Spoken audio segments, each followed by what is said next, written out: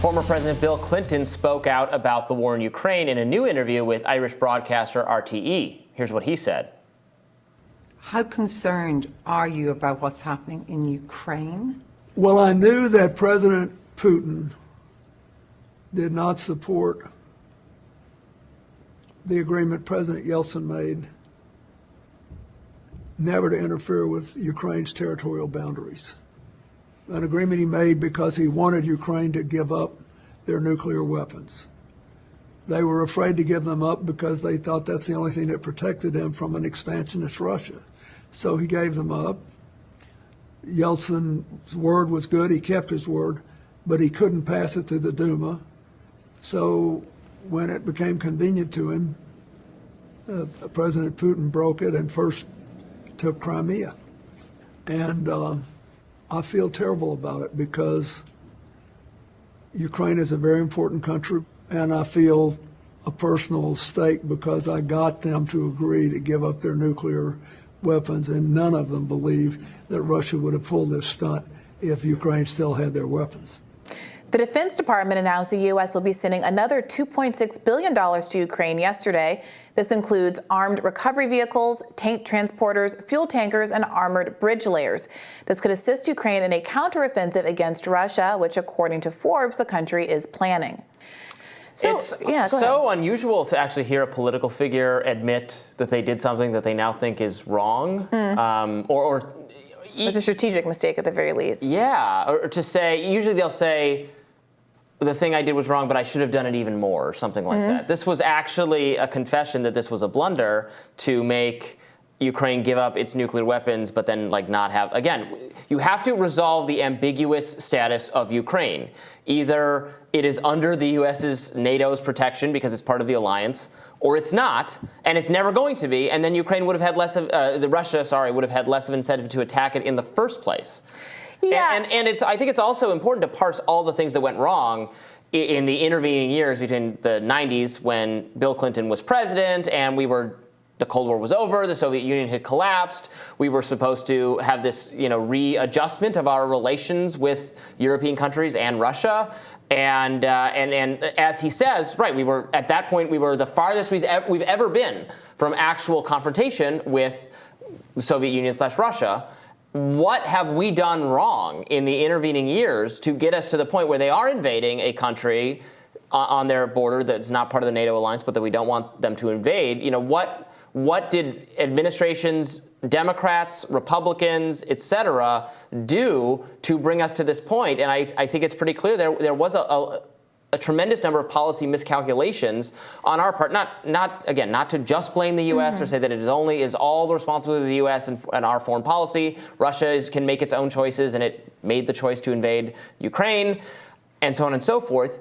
But really, some bad decisions were made in terms of how to handle Ukraine that has left it now needing it doesn't have its own nuclear weapons. It needs our defense. But we're not committed to defending it, and we're trying to avoid a broader war with Russia. Yeah, I think I agree with your observation that Bill Clinton has skipped over a lot of interim stuff, including NATO expansion, which, believe it or not, Putin cited as part of his rationale for invading Ukraine in the first place. So if he characterized Putin as prima facie not accepting the territorial borders of Ukraine. I'm not sure that Putin would characterize it that way. It might be that I respect them conditionally on not having NATO expansion. And if depending on what version of that you accept, Bill Clinton's framing seems less like admitting a mistake and more like justifying why America absolutely has to be involved in Ukraine now, because it was my responsibility, because I convinced them, the U.S. convinced them to give up their nukes. Now we are indebted to them forever to protect them. Well, that was a known possibility at the time you were negotiating for them to give up their nukes. So acting like there was a new scenario here, I understand that you trusted the word of Boris Yeltsin and you don't of Vladimir Putin. But did you think that Yeltsin was going to live forever? You knew at the time that you were negotiating this that Yeltsin wasn't able to pass it through the Duma. You just said that. You knew that it wasn't able to enforceable in any real way, and that maintaining that agreement was contingent on whoever the leader of Russia was going to be. So you agreed to protecting Ukraine with the nuclear might of the United States of America in perpetuity, basically, at the time, having full knowledge of all the things that we know today, more or less, in terms of like the principle, the key knowledge here. And now you are, it seems, resurfacing this or framing it in this way to make it seem like, gosh, maybe I don't even want to be here, but certainly we have an obligation to this country that we induced reliance from. And to me, that is kind of a dangerous post hoc justification that sounds really nice and giving, but ultimately isn't saying anything different other than we made this deal to commit ourselves to be the police people of the world, and now we're fulfilling it without actually asking the question of whether that's something that we should be doing. Right. And I certainly understand the goal of denuclearization. We want fewer countries to have nukes because in some very literal sense, that brings down the threat of nuclear war.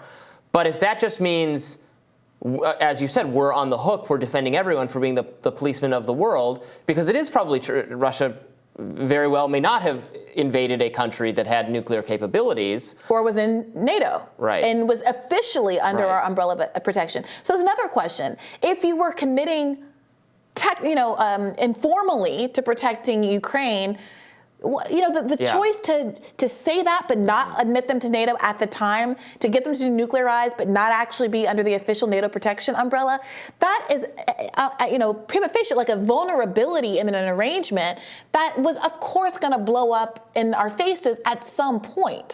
So to, again, pretend now we know, oh, gosh, if only Boris Yeltsin had been around to keep his word, but to me it seems like a lot of excuse making. This goes back to this is almost poli-sci 101. I remember having to watch that Dr. Strangelove. Have you ever seen that movie? Because it makes a important game theory 101 point that the Russians the Soviets invent a doomsday device that can blow up the whole world. And Dr. Strangelove said, well, but you didn't tell us you had it.